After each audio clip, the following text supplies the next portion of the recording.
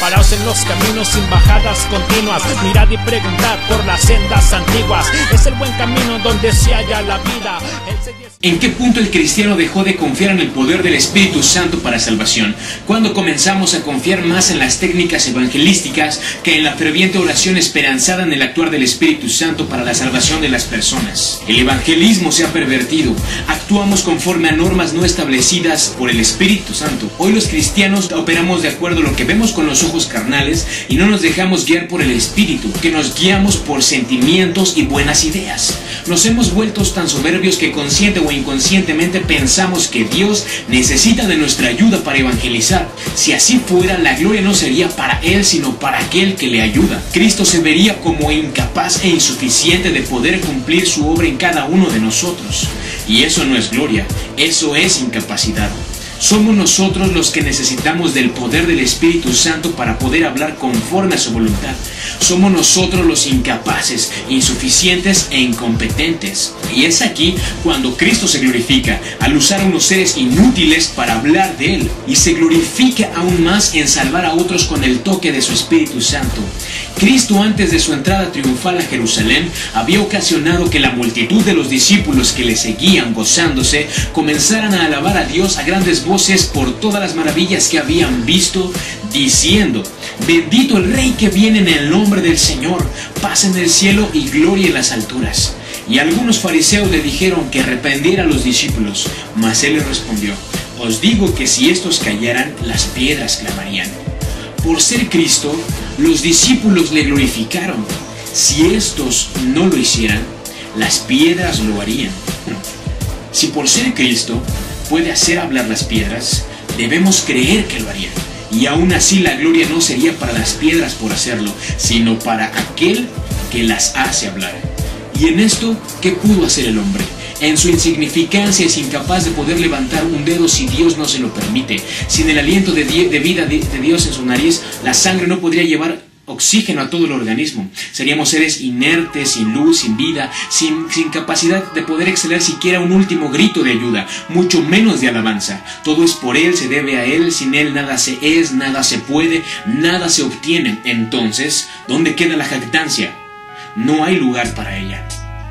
Así que analiza la intención de cómo estás haciendo las cosas. No porque sea una buena idea quiere decir que proviene de Dios. Quizá es solo una forma de levantar tu ego y tu autoestima baja, y quieres adjudicarle tu vanagloria a una revelación del Espíritu Santo.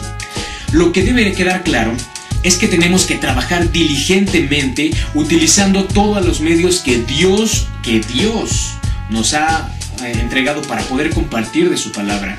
Como si de ello dependiera la salvación de las almas, pero sabiendo lo contrario. Ha sido trabajos de excelencia, dignos de ser entregados como ofrenda para aquel que es digno, que es el Rey de Reyes y Señor de Señores. Pero jamás confiando que a través de la forma en que hacemos las cosas es como la gente se acercará a Cristo, sino única y exclusivamente a través del poder del Espíritu Santo.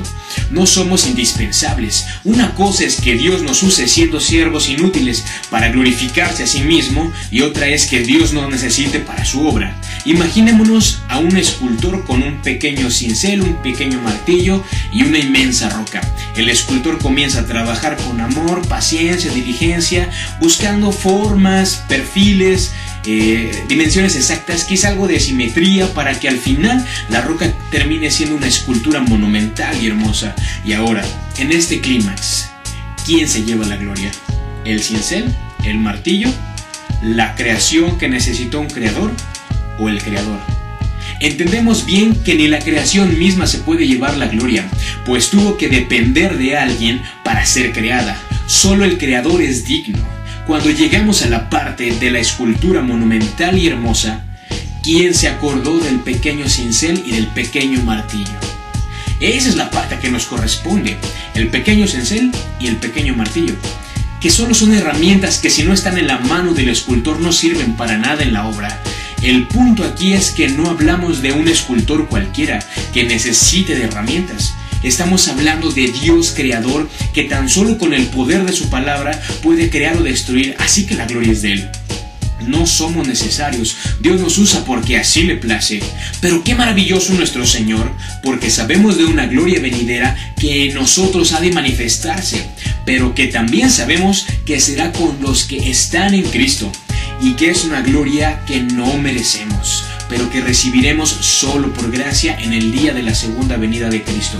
Y el papel que nos corresponderá siempre es el de pequeño cincel y pequeño martillo. Dios nos usará con todos los talentos que tengamos, cuando Él quiera y donde Él quiera. Pero hemos trabajado tanto en levantar nuestra autoestima que queremos ver resultados aunque no sean los correctos. Queremos escuchar en nuestro trabajo de evangelismo palabras vanas de las personas declarando un arrepentimiento que quizá nunca o en muchos años existe en sus corazones. Pero para nosotros, quizá no para Dios, esa es un alma salva. Nos hemos olvidado del orden que nos marca la Biblia al declararnos que son muchos los llamados, pocos los escogidos. Y lo forzamos a muchos los llamados, muchos los escogidos, como si la efectividad de nuestro trabajo se diera en los muchos que declaran con su boca que Jesús es el Señor, pero en su corazón no se arrepienten. Olvidando que el toque de salvación se da en los pocos que tuvieron un arrepentimiento y fe genuinos. Por tanto error, hemos volcado multitudes a la verdad en la palabra del Señor que habló por el profeta Isaías en Isaías 29:13, que dice: porque este pueblo se acerca a mí con su boca y sus labios me honran, pero su corazón está lejos de mí, y su temor de mí no es más que un mandamiento de hombres que les ha sido enseñado. Y en esto, ¿dónde hay gloria para Dios? Formulamos frases desarmadas para el corazón corrupto, con palabras que agraden y no ofendan, con palabras que suavicen y no confronten con la verdad. Hemos dejado a un lado las armas espirituales y hemos empuñado las espadas de la psicología, de la autoestima, de la superación personal, del humanismo, optándolas como si fueran herramientas que a Dios se le olvidó implementar en su palabra. ¿Quién nos ha enseñado que el evangelismo es superación personal? ¿Dónde está escrito que el evangelio es autoestima? Así que no tengamos más alto concepto de nosotros mismos que el que debemos tener, sino que pensemos de nosotros con cordura. Romanos 12:3, como Pablo también habló en 2 de Corintios 1:9, pero tuvimos en nosotros mismos sentencia de muerte para que no confiásemos en nosotros mismos, sino en Dios que resucita a los muertos. Realmente, cuando una persona acepta a Cristo y se arrepiente, viene una transformación y se empieza a notar una superación como persona. Aclaro, el borracho deja de ser borracho y en su casa la economía prospera porque ya llega el gasto a casa. La prostituta deja la prostitución, el drogadicto las drogas, el marido golpeador es amoroso con su esposa, el ladrón comparte de lo poco que tiene. El que se sentía solo y vacío es la persona que desborda llenura y satisfacción en su ser. Pero ¿por qué viene esto? ¿Por qué vienen todas estas cosas tan hermosas que buscamos desesperadamente en el mundo?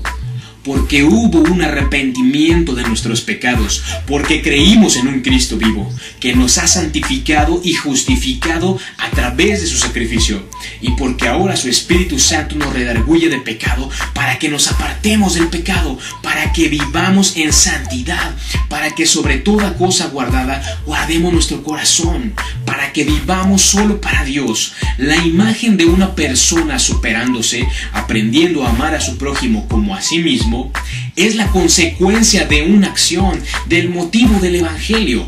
Es el reflejo de la salvación de las almas, la demostración de una vida nueva y renacida en el Espíritu de Dios. El problema es que muchos predican las consecuencias de ser salvos como si fueran las bases del Evangelio. ¿Por qué? Porque de esa manera la gente se acerca más fácil, obvio. ¿A quién no le conviene un Dios que le supla lo que quieren y no lo confronte con su pecado? En el Evangelio de Juan capítulo 6 del 1 al 15 habla de la alimentación a los 5,000, donde con 5 panes de cebada y 2 pececillos, nuestro Señor Jesucristo, habiendo dado gracias, los repartió entre los discípulos y los discípulos entre los que estaban recostados. Asimismo de los peces comían cuanto querían y sobró un montón de comida. 12 cestas de pedazos de pan sobraron. Entonces, estos hombres que habían sido alimentados, viendo la señal que Jesús había hecho, dijeron: este verdaderamente es el profeta que había de venir al mundo. Y el versículo 15 enseña que Jesús sabía que iban a venir para apoderarse de él y hacerle rey, pues como no les daba de comer, les saciaba la barriga. De seguro pensaron, no, si nos apoderamos de él ya tenemos comida que basta y sobre, hasta vendemos la comida a los pueblos aledaños, el puro bar vamos a hacer aquí. Ya me estoy imaginando todos esos predicadores, falsos cristos, falsos maestros y falsos profetas rateros que se valen de la necesidad de la gente para sacar cuanto pueden. Se apoderaron del evangelio de Jesucristo y lo venden. Dios conoce nuestros corazones. Como lo dice Juan 2 del 23 al 25, dice que muchos creyeron en Jesús viendo las señales que hacía, pero Jesús mismo no se fiaba de ellos, porque conocía a todos y no tenía necesidad de que nadie le diese testimonio del hombre, pues él sabía lo que había en el hombre. ¿Qué hay en tu corazón, mi hermano? ¿Me estás escuchando? Palabra de Dios según el apóstol Juan. Quizá tú has creído en Jesús por sus señales, pero ¿se fía Cristo de ti? ¿Qué mensaje estás escuchando? ¿Cuál es la intención de tu corazón al querer que Cristo gobierne en tu vida? ¿Es tu esperanza la redención de tu alma? ¿La santificación por la justificación por gracia y misericordia en Cristo? ¿O simplemente tienes a Cristo para reclamar lo que se te venga en gana? Para decir declaro esto o aquello, sin antes decir, Padre, que se haga tu voluntad y no la mía. Busca primeramente el reino de Dios y su justicia, y lo que necesites te será añadido. Lo que necesites, no caprichos.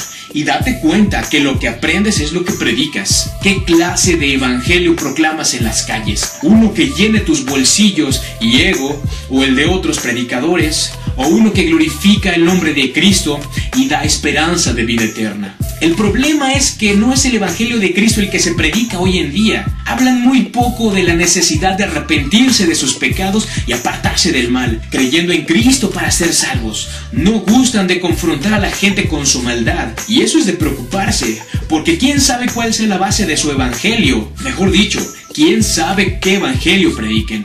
El mayor premio que me incita a buscarle es el perdón de mis pecados, mi justificación y santificación inmerecidas. Lo que sé es que si me mantengo en esa línea, todo lo demás que necesite, Dios lo irá supliendo conforme a su voluntad. Como un día en la escuela, la economía en casa estaba muy baja. Solo tenía el dinero para regresarme a la casa, pero no para comer en la escuela, solo confiando en que Dios me daría de comer. Y le dije, Dios, tengo hambre, ¿me das de comer? No pasaron ni 5 minutos y un amigo llegó corriendo, que oye, ¿ya comiste? ¿Sabes que voy a la cafetería? Me voy a comprar una torta, ¿qué onda? ¿Te invito a una? Pues gracias a Dios, ¿no? Yo no se la pedí a mi amigo, se la pedí a Dios. Y Él, como Padre protector, me dio de comer. Salmo 37:28 me enseña que el Señor ama la justicia y no abandona a sus santos. Ellos son preservados para siempre. También Salmos 37:25 dice, joven fui y he envejecido, y no he visto justo desamparado ni a su simiente mendigando pan. ¿Y sabes qué? Soy justo y santo, y es por esto que esta palabra se cumplió en mi vida. Pero esa justicia y santidad no son por mi propia mano, son por fe en Jesucristo. Porque un día llegó un predicador anunciando el evangelio de las buenas nuevas de salvación, que creyera en Cristo y me arrepintiera de mis pecados y me apartara del mal. Jesucristo me limpió mis pecados, me regaló su justicia y santidad, me las regaló por gracia, pagó el precio por mis culpas. Si no hubiera sido por su gracia y misericordia, seguiría perdido y sin esperanza. Así que lo que a todo ser humano debe importarle primeramente es la salvación de sus almas, el perdón de sus pecados para recibir justicia y santidad.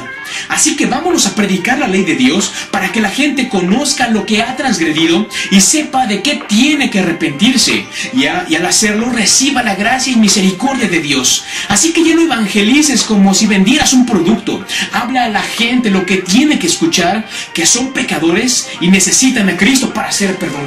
Nosotros seguimos en la senda de siempre, es una senda antigua pero diferente. Nosotros seguimos en la senda constante, por el buen camino donde mi alma descanse. Nosotros seguimos en la senda de siempre, es una senda antigua pero diferente. Nosotros seguimos en la senda constante.